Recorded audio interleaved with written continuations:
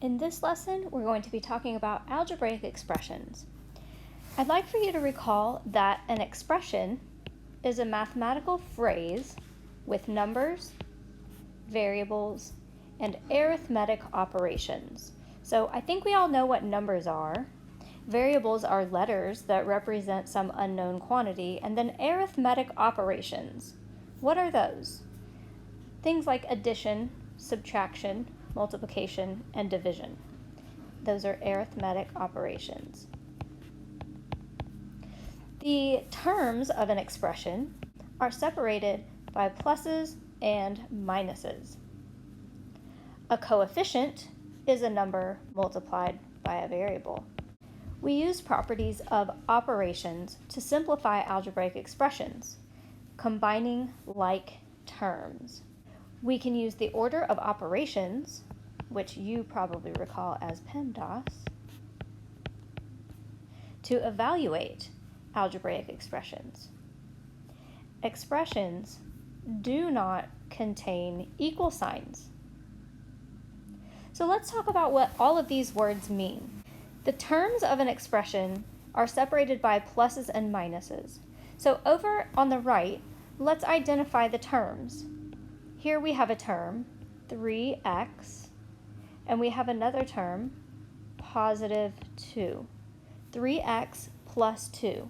Those are the terms of this expression. Now let's talk about the coefficient. A coefficient is a number multiplied by a variable. So our variable in this expression to the right is x, and the number being multiplied by x is 3. So in this expression, 3 is a coefficient. Notice again that this algebraic expression does not have an equal sign. It's just multiplication for 3 and x, and then addition with positive 2. We can substitute any value for x and evaluate using the order of operations.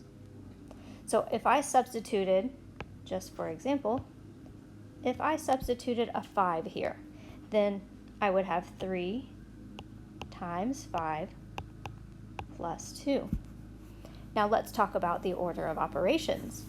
The first thing we have in the order of operation is the P, and that stands for parentheses and other grouping symbols. The next thing we have in the order of operations is exponents. So we would apply exponents next and evaluate those. Then we have multiplication and division. Multiplication and division have the same power, and so you work on those from left to right. And finally, we have addition and subtraction, which also have the same power, and so we do those from left to right as well. So if I was evaluating this expression above, 3 times 5 plus 2, I see that there are parentheses, but there's no operations inside the parentheses to do. So there is nothing I can do with the parentheses. There is no exponent. So next I would work on multiplication. And I have multiplication for 3 times 5. So I would evaluate 3 times 5, which is 15. And then I would be ready to add 15 and 2 to get a sum of 17. So these are different. Algebraic expressions are different from equations because equations have equal signs. An equation allows us to solve to find the one value of x that makes the statement true. That is the solution of the equation. But expressions don't have solutions. We can evaluate them for a lot of different values in the variable. For example, I could substitute in the place of x, I could substitute 1, or I could substitute 5, or I could substitute -3, or I could substitute 2/3.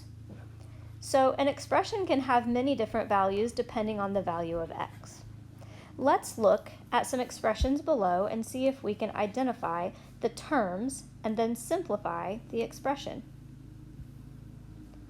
Now up above here, before we move on, let's talk quickly about like terms.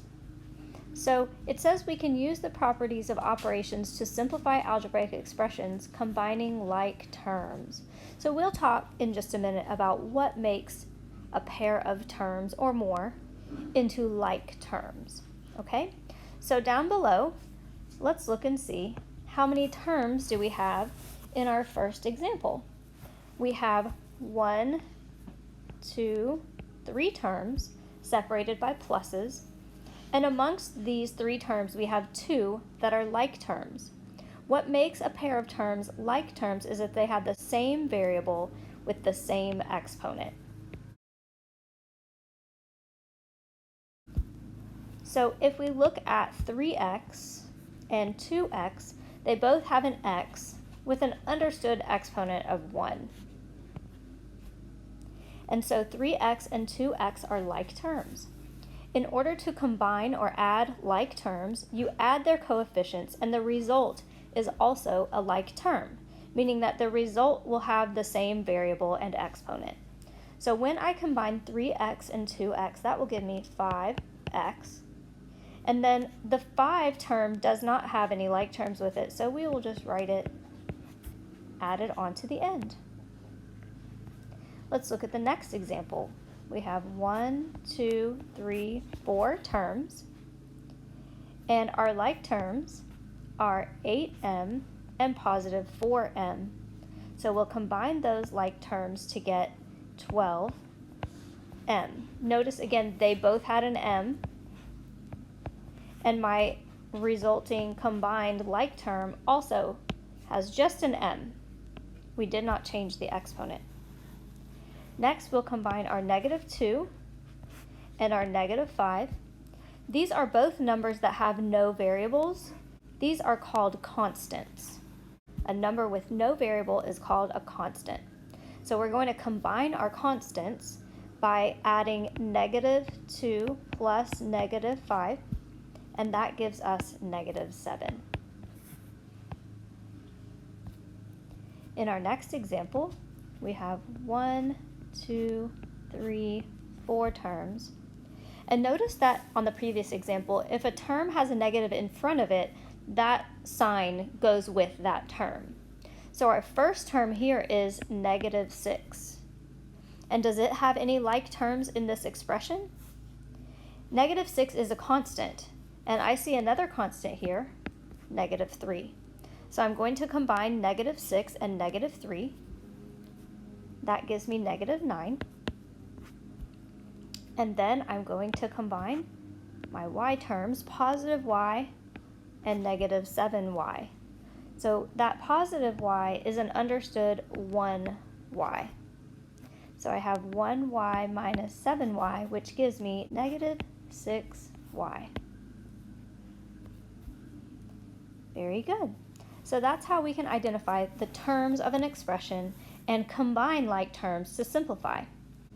In our next example, we're going to identify the variable in the expression and then identify the operations applied to the variable. Example A, we have 5x plus 2, and the variable here is x. We have 2 numbers in our expression as well, so we're going to identify... Winston, stop barking. We're going to identify the operations that those numbers are performing in relationship to the variable. So the 5, the operation that is connecting the 5, buddy, stop barking. The operation that is connecting the 5 to the x is multiplication. 5 times, whoops, I guess I can't use an x for times. 5 times x. So 5 is being multiplied times the x, and then our 2 is being added. In the next example, our variable is z, and we have 2 things happening to z here. First, we have a negative in front of the z. This means that we have -1 times z minus 1. So our variable is the z, and the -1 is being multiplied times the z. And then that -7 is showing that 7 is being subtracted. On example C, our variable is w, and we have 2 numbers here as well. We have a -4 and a -9. I'm going to focus on the -9 first because it's the coefficient of w. And because it's the coefficient, that indicates multiplication.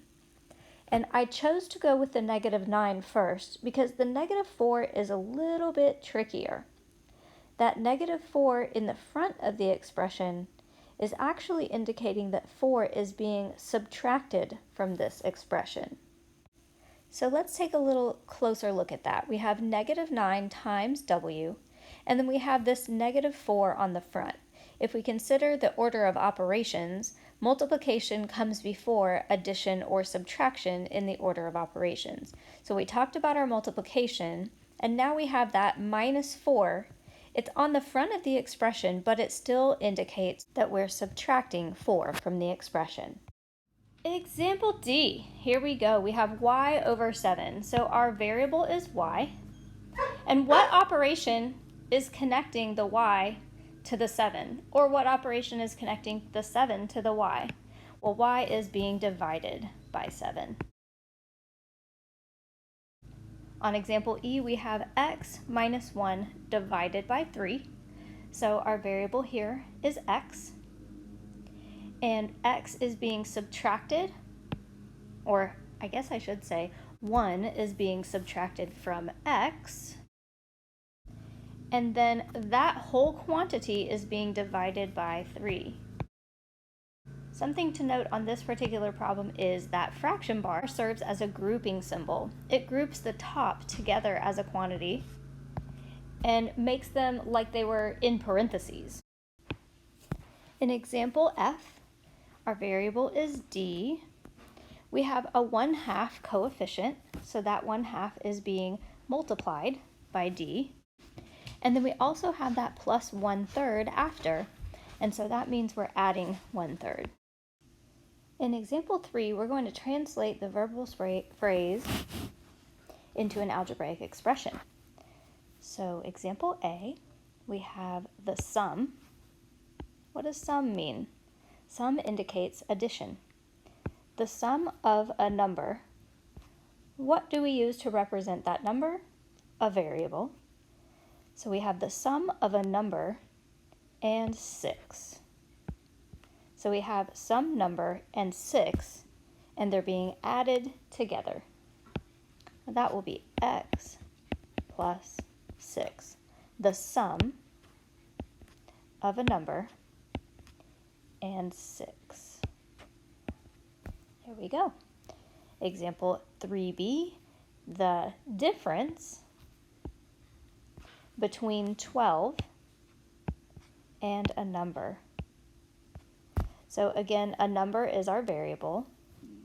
We have the actual digits 12, 1, 2, and we have the difference between them. What does difference mean? Difference indicates subtraction. So the difference between 12 and a number is 12 minus x. The difference between 12 and a number. Example 3c, the product of 7 and a number. The product of 7 and a number. What does product indicate? Product indicates multiplication. So we are multiplying 7 and our number x. When we put the 7 in front of the x as a coefficient, multiplication is understood. We could also write this as 7 times x. We could also use parentheses to indicate that multiplication. So there are more than one way that we could indicate the product. Example 3d, we have the quotient of a number and 15. What does quotient mean? Quotient indicates division. So we are dividing a number and 15. And order matters with both subtraction and division. Order matters in these cases, so we have to read these very carefully. The quotient of a number and 15 means that the number is being divided by 15. Another way we could write that is with a fraction bar, x divided by 15. Example E, we have 10 less than a number. 10 less than a number. This one is a little bit tricky. So let me ask you this. If I have $20 and you have 10 less than I do, how many dollars do you have? If I have $20 and you have 10 less, don't you have $10? And what did you do to figure that out? You did 20 minus 10. So in this case, 10 less than a number is in the reverse order of how it appears. We're actually subtracting 10 from the end of the expression. So just like if I said 10 less than 20, you would do 20 minus 10. Here we have our number, and we want to find 10 less than that, so we're going to subtract 10 from that number. So we have to be very careful. This is a commonly missed problem, I would say. You just have to remember that you're moving that number and subtracting it from the end of the expression. Example 3F, we have 5 times the sum of a number and 3. This one has a lot going on. 5 times the sum of a number and 3. So we have 5 being multiplied by something, and it's being multiplied by a sum. And the fact that it's a sum is telling me that it's going to have more than one term. So the 5 is going to be multiplied by the sum of 2 other things. And those other things are a number and 3. So 5 times the sum of a number and 3. Here's my 5. The parentheses indicate multiplication, that's times. And then here's our sum of a number and 3. Last one, 7 less than the product of 4 and a number. 7 less than the product of 4 and a number. 7 less than, well, first of all, there's that less than again. I know that less than means that I'm going to end up subtracting this 7 at the very end. All right? So I'm going to be on the lookout for less than, because I know that's going to bump whatever it is to the end. All right? So what is 7 less than? What am I subtracting 7 from? The product of 4 and a number. So 4 times a number minus 7. Now we don't have to put the little times dot. We could just write it as 4x minus 7, and that would look even nicer. That is translating verbal phrases into algebraic expressions. All right, guys, example 4, we're almost done for this lesson. We're going to be evaluating expressions for the given value of the variable. So for our first example, we have 5x plus 2 and x equals 10. So everywhere we see an x, we're going to substitute a 10. And we must use parentheses when we substitute. So that's the first thing. Number 1, we're going to substitute using parentheses. So I'll have 5 times 10 plus 2. Notice that the x went away. It's like I cut and pasted this 10 and put it in place of the x. Now we're going to evaluate using the good old order of operations. Parentheses, exponents, multiply, divide, add, and subtract. So the first P stands for parentheses, but it also indicates any other kinds of grouping symbols. So other types of grouping symbols we might see are braces, or, well, we probably won't see curly brackets, but it's a possibility. The most common one that we will see that is overlooked is a fraction bar. So be on the lookout for fraction bars. They happen right along with your parentheses and other grouping symbols. Next, we have exponents. Parentheses come first and then exponents. Then multiplication and division, again, they are equal in stature. So for multiplication and division, we work those from left to right. And then finally, we have addition and subtraction, and they are also equal in power, and so you work those from left to right as well. All right, so we have substituted our 10 into our expression, and now we're going to follow the order of operations. What operations do you see? In this particular problem, I see 5 times 10, that's multiplication, and I see a plus 2, so that's addition.